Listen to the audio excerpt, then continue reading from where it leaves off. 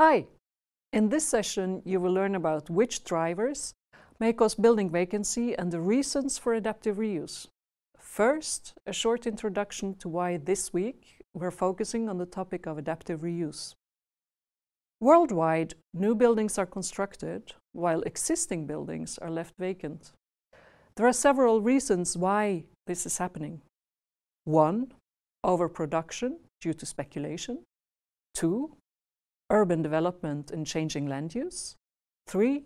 Spatial use decrease. 4. Changing real estate cycles. 5. Increasing quality demand. And 6. Because the quality of existing buildings lag behind. Then why do we continue building new instead of using the buildings that we already have?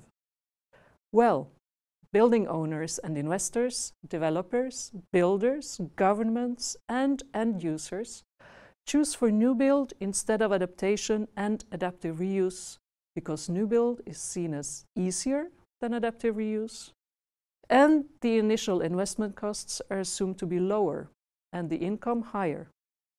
Also, the parties involved in designing, developing, and investing in new real estate are normally not the same parties as those who own existing vacant real estate, and so they do not have a drive to adapt and reuse existing buildings.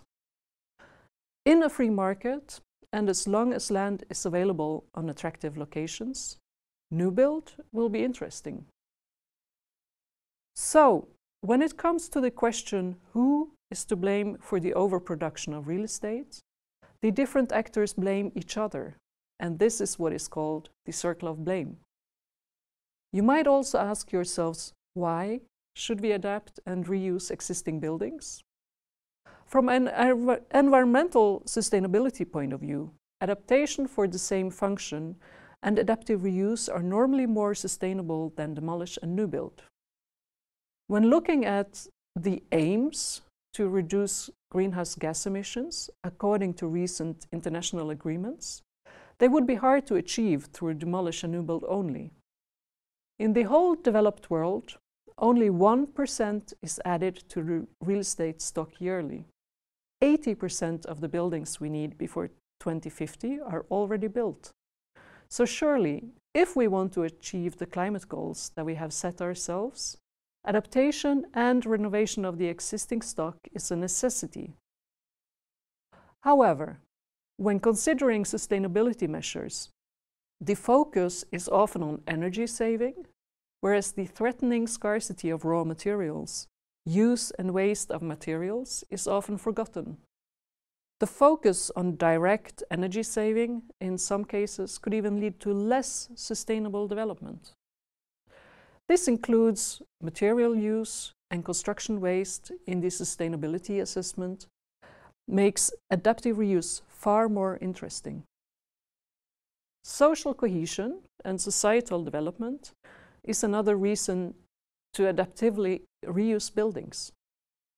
Vacant buildings have a negative influence on the value of buildings in the surroundings, and vacant buildings are typically less well maintained and safeguarded, with graffiti and vandalism as steady companions. Neighbors of vacant buildings are normally very positive to vacant buildings being adaptively reused, as it improves safety and value of the surroundings. Demolition and new build, on the other hand, leads to disruption, uncertainty, and social unrest. Adaptive reuse is often perceived as not financially feasible, and the lack of financial feasibility is often referred to as the reason for new build.